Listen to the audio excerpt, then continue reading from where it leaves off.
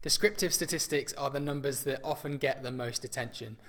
You hear about global temperature averages, median earnings, and average house prices. A descriptive statistic is essentially a summary statistic, and they usually look at the middle of the data and the variation around the middle. Descriptive statistics take a large amount of data and simplify it into something more meaningful, easier to absorb, and memorable. Descriptive statistics exist to simplify things, which is helpful, but it also always means some loss of nuance or detail to some extent. The two key measures of central tendency, as they're sometimes called, are the mean and the median. The mean is usually what people mean when they refer to the average. However, all measures of central tendency, including the mean, the median and the mode, can sometimes be called the average.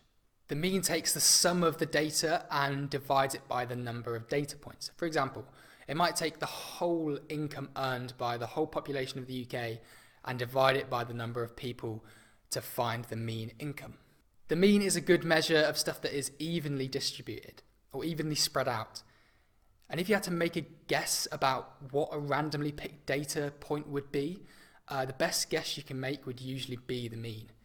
So if you were in a bar and you had to guess how much somebody there earned, your best guess would be the average earning of all of the people in that bar, assuming of course that you knew that.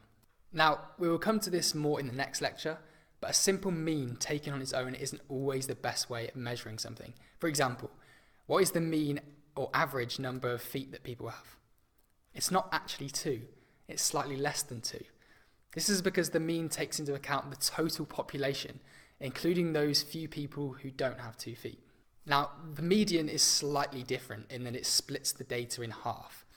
So to use the example from before, what you would do to figure out the median earnings is to line up everybody in order of their income and then choose the income of the person that splits the data in half, or the person who stands in the middle of that line. Throughout this section, we will look at other types of descriptive statistics. I just wanted to give you a reminder of the 2 key types, just to help make clear what it is I mean by descriptive statistics. So as I just said, in the next lecture we will look at averages and how easy it is to misuse or misunderstand them. Thank you for listening, and I'll see you there.